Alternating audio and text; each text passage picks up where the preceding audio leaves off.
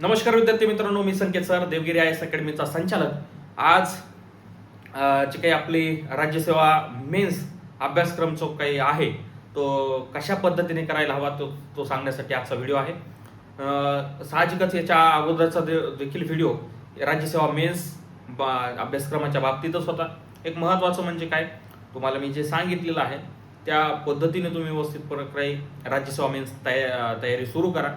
एक आता सगळा अंदाज दिसतोय की आपल्या मला वाटतं डिसेंबरपर्यंत जाहिरात किंवा नोव्हेंबरपर्यंत जाहिरात राज्यसेवा पूर्वची होऊन जाईल बघा. ठीक आहे. आणि त्यानंतर मे बी फेब्रुवारीपर्यंत किंवा जानेवारीमध्येच देखील तुमची पूर्व परीक्षा होण्याची दाट शक्यता आहे बघा मागणं. ठीक आहे. आता एक महत्त्वाचं म्हणजे काय, आता सध्या जुलै चालू आहे. जुलै, ऑगस्ट, सप्टेंबर, ऑक्टोबर, नोव्हेंबर आणि डिसेंबरपर्यंतच आपण कन्सिडर करूयात. मग आता उरलेले आहेत आपले पैसे 6 महिने बघा. 6 महिन्यासाठी काय करा बघा तुम्ही. माझ्या मते जे काही आता जर समजा नवीन विद्यार्थी आणि जुने विद्यार्थी दोन विद्यार्थ्यांसाठी आहे माझं सांगणं. जर तुम्ही जुने विद्यार्थी असाल, राज्यसेवा मेन्स दिलेले विद्यार्थी असाल, तर काय करा माहितीये का, आता या 6 महिन्यांपैकी काय करा, जर जुने विद्यार्थी असाल, जुने असाल तर ठीक आहे. आता जुने असाल तर माझ्या मते तुम्ही 4 महिने मेन्स करा डिस्क्रिप्टिव्ह आणि 2 महिने राहिलेले प्रिलिम करा. ठीक आहे. आता हे 2च महिने खूप कालावधी कमी वाटतो, पण का महत्वाचं आहे की 4 महिने मेन्स आहे, पण मेन्स काय करायचे आहे आता, ऑप्शनल तर नाही आपल्याला. मग आपल्याला कोणते आहेत, 4 GS चे विषय आहेत. ठीक आहे.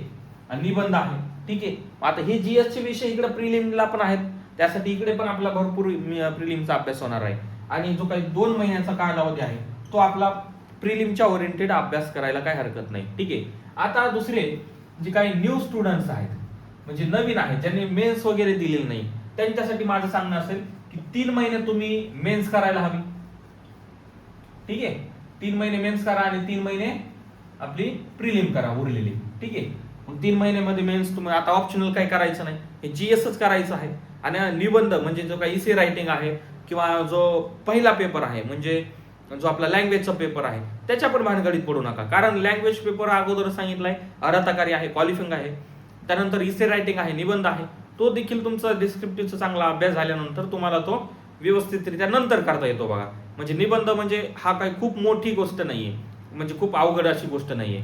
तुमचा GSचा व्यवस्थित प्रकारे चांगला अभ्यास झाला की त्यानंतर तुम्हाला निबंध चांगल्या प्रकारे लिहिता येऊ शकतो. त्यासाठी सध्याच्या घडीला तुम्ही जे 4 विषय जे आहेत GSचे, ते 4 विषय अतिशय चांगल्या प्रकारे करावं असे माझं मत आहे बघा. ठीक आहे. आता हे 3 महिने तुम्ही काय करायला पाहिजे जुन्या मुलांनी, तर मेन्स, आणि 3 महिने आपली प्रिलिम करायला हवी असं माझं मत आहे बघा. ठीक आहे. आता एक महत्वाचं म्हणजे काय, हे जे 4 विषय आहेत GSचे, माझ्या मते तुम्ही तेच व्यवस्थित प्रकारे डिस्क्रिप्टिव्हच्या माध्यमातून जे काही तुम्हाला मी बुक लिस्ट सांगितलेले आहे ते अगोदर रेफर करून, आणि जे काही PYQ म्हणजे आता जे काही राज्यसेवा मेन्स झालेले आहे त्याचे क्वेश्चन पेपर्स काढून हार्ड कॉपी, त्यानंतर त्याच्यामध्ये प्रश्न कसे विचारलेले आहेत. आता प्रश्न मी तुम्हाला माझ्यापाशी क्वेश्चन पेपर सध्या तर नाही अवेलेबल, पण एक महत्वाचं म्हणजे आता भूमिका एखादी असेल की भूमिका एखादी पोस्ट करा. आता भूमिका म्हणजे काय याचाच महत्वाचा अर्थ समजून घ्या. आता एखादं आपल्या संस्कृतीचं महत्व स्पष्ट करा. आता ह्या संस्कृती म्हणजे काय, तर आपल्याला आता भूमिका म्हणजे काय आपल्याला समजतंय ते, पण व्याख्येच्या स्वरूपात आपल्याला डेफिनेशनच्या स्वरूपामध्ये ते सांगता येत नाही. त्यानंतर संस्कृती असेल, व्याख्येच्या स्वरूपात आपल्याला सांगता आलं पाहिजे. त्यासाठी तो जे काही क्वेश्चन पेपर्स आहेत त्यामधले कशा प्रकारे क्वेश्चन येत आहेत, त्याचे शब्दांचे अर्थ आपल्याला व्यवस्थितरित्या आपल्याला माहीत असायला हवं, आणि ते शब्दात मांडता देखील यायला हवेत. फक्त आपल्याला समजून उपयोग नाही, तर ते शब्दामध्ये मांडता देखील यायला पाहिजेत. अशा पद्धतीने ते समजून घ्या आणि त्यानुसार त्या क्वेश्चन पेपरच्या दृष्टीने तुम्ही अभ्यास करायला सुरुवात करा. कारण तुम्ही एकदा जर याची सुरुवात केली ना वागांनो, तुम्हाला वाटेल की राज्यसेवा डिस्क्रिप्टिव्ह जो काही सिलेबस आहे तो फक्त म्हणण्यासाठी अवघड आहे, तो वाटतोय तेवढा देखील सोपा नाही. जेवढं म्हणलं जातं की बाहेर म्हणजे की डिस्क्रिप्टिव्ह म्हणजे खूप मोठी गोष्ट आहे, पण ते तुम्ही सुरुवात केल्यानंतर वाटेल की नाही, हे आपण करू शकतो. ठीक आहे. त्यासाठी त्याला लांबून बघण्यात आणि स्वतः जाऊन तिथे अनुभवण्यात फरक असतो. तसंच तुम्हाला तिथे गेल्यानंतर तो समजूनच येईल. त्यानंतर महत्वाचं म्हणजे काय, हे 4 GSचे पेपर या अशा पद्धतीने तुम्ही करायला काही हरकत नाही. ठीक आहे.